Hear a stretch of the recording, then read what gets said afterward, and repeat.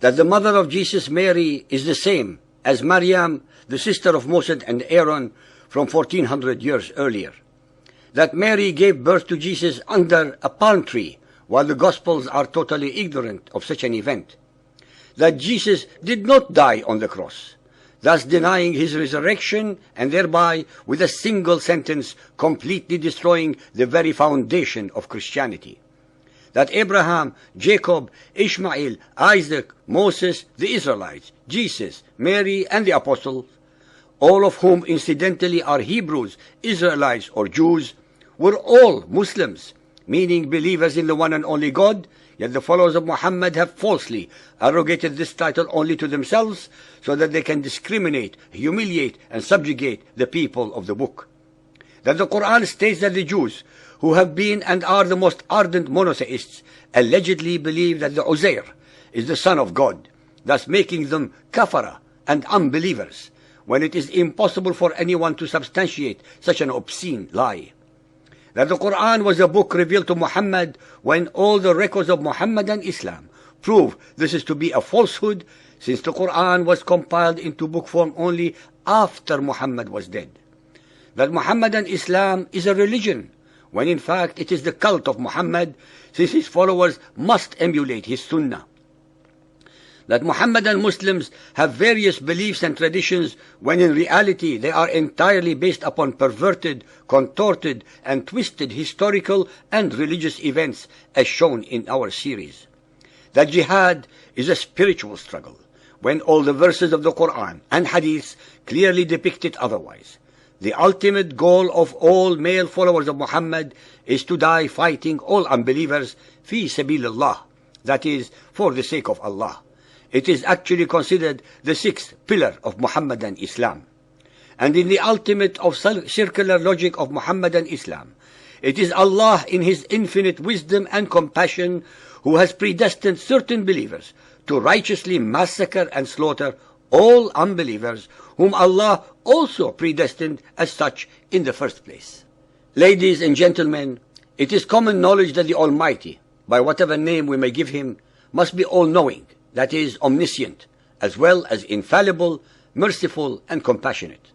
Blasphemously, the Quran proves that Allah, if Allah were God, is otherwise, uncertain, vacillating, fallible, merciless, immoral, and unjust. There are hundreds more of such differences and inconsistencies between the Quran and the Bible. As far as we know, based upon all the above information, we have very limited choices in trying to understand how this is possible.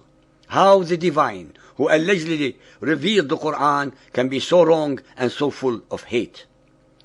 You, our listeners, have the freedom to make up your own mind and conclusions.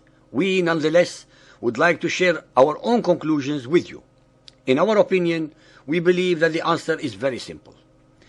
Since it is illogical to accept that any omniscient, merciful, and compassionate God would have revealed all the discrepancies, hate-mongering, war-mongering, discrimination, racism, hypocrisy, grammatical errors, as well as the historical and character dislocations, mendacities, abnormalities, inconsistencies, time and space displacements that permeate the verses and chapters of the Quran, then only one conclusion can be possible. That every letter, every word, every verse, ayah, and every chapter, surah in the Quran are the product of Muhammad's personal thoughts and imaginings, his own hatreds, anger, lust, jealousy, fears, envy, and incomprehension. They are totally the secretions of his mind based upon his distorted recollections of stories and tales he had heard in earlier times from Jewish and Christian individuals. In summation, they actually represent his own alter ego, cleverly projected into the unsuspecting mouth of Allah, the supreme pagan rock god of Mecca, embedded into the corner wall of the Kaaba, called the Black Stone. The major players in the Quran, Muhammad, Allah, Gabriel, and Satan, are actually one and the same. They are all Muhammad himself, while Allah, Gabriel, and Satan are mere props required to give his alleged revelation sanctity and divine authority. After 13 years of preaching to his own tribe and relatives among his pagan Arab audience, consisting mostly of illiterate, superstitious, unlearned, and gullible people, even so, less than 100 of them swallowed Muhammad's claims and posturing for prophethood.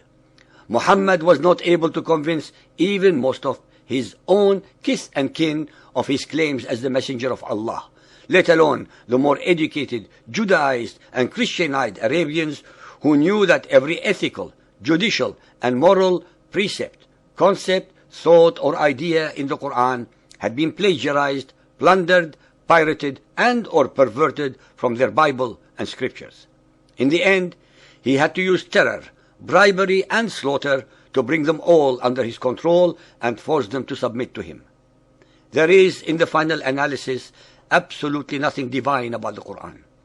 And any follower of Muhammad, anywhere on this planet, who would attempt to challenge these statements and conclusions based entirely on the Muhammadan records themselves, will have the same probability of success as finding a snowflake in Muhammad's inferno.